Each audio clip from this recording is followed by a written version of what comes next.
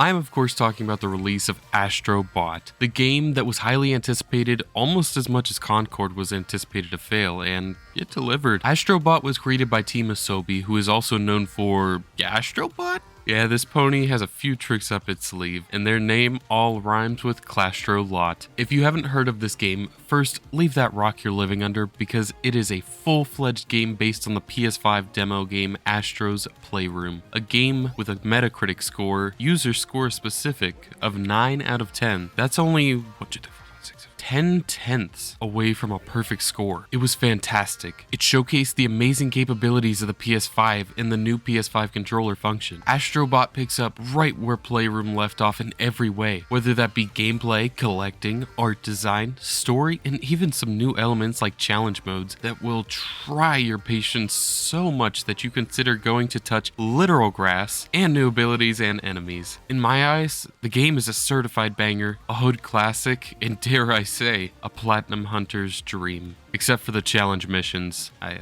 didn't like the challenge missions that much. They were hard. While most games today focus on narratives and making a game look photorealistic, almost like you're watching a movie, Astro takes things in a different direction. Instead of story being the most important part, it is more heavily focused on fun gameplay. The closest two game franchises I can compare this to would be 3D Mario platformer games and Crash Bandicoot. Two fantastic franchises, might I say, that I'm sure any game would love to be seen in the same spotlight as. In fact, there are plenty of people who make this link. Now, I've not played Mario Galaxy, but according to several other YouTubers, it is very similar. I don't have to sell you on the game though. The game does that perfectly with its amazing platforming levels. The gameplay is easy enough to learn, but hard enough to be challenging even in the end game. While that fact was what drove me crazy, it was never in a bad way. More of like, I've played this whole game and I still can't beat this final level kind of way. In terms of the levels themselves, the game introduces us to 6 galaxies, including the Lost Galaxy.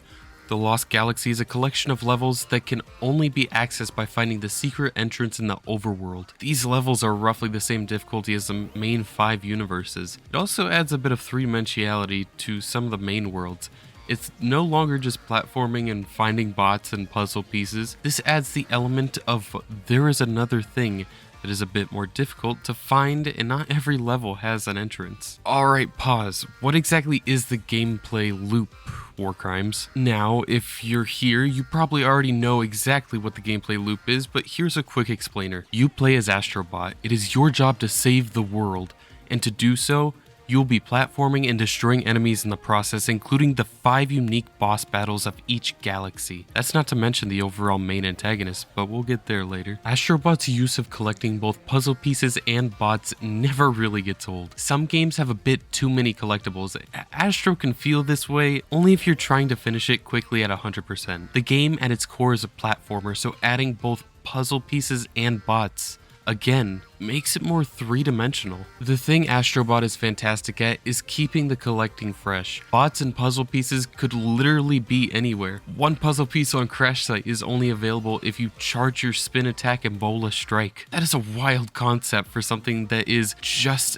a platformer on a bad day. The search usually will lead you to some interesting tidbit of PlayStation history or Astro Bot just fun nonsense. I particularly enjoyed the more Luigi's Mansion style levels in the collecting sphere. The bots or pieces could be in the plainest of sight and yet seem impossible to get, but oh, fret not. There is certainly a way to get them. The only gripe I really have with the collecting is the gacha system. While somewhat amusing, it does take a while if you're trying to open 50 all at once. Once again though, this is a little bit of hater energy because of the way I played it, trying to finish it a little quickly. If that is your biggest problem though, you've done something incredibly right. The cool thing about the gacha system is that it will show you the item, then it will show you the bot using that item, then the bot will get that item in the crash site too, so it's not for nothing. Like Lara Croft unlocking a dinosaur that will chase her endlessly around the PS5. Touching on the idea, outfits are another cool part of Astro Bot that we didn't see in Astro's Playroom. If you are into that sort of thing, more power to you, but to be honest, I just wish they had more outfits. I really wanted to wear Joker's outfit from Persona 5, but it wasn't an option. Now the game is new, so there will certainly be more content for me to get over this slight downside. Plus, they thanked us, the players, in the end credits, so we've got to give them some leeway, right? The art design of Astro Bot was much needed right now. Astro reminds us all that not every game needs to be photorealistic. Honestly, I don't want a photorealistic Astro. The art design is so much fun. Using bright colors, the art designers remind us how fun games should be. In a world where gray is the most popular paint color right now, I welcome a new era of fun and vibrancy. I think Team Asobi really knocked this out of the park in terms of art design. The different level color schemes could be drastically different depending on the level type. You had the main missions, which could be bright and vibrant or dark and mysterious, still keeping the vibrant fun within it though. We also had blocky levels and crumble rumble and so much more. It is a reoccurring theme that every aspect of this game has layers and three-dimensionality. The art design is no different, with the cool little hidden levels of more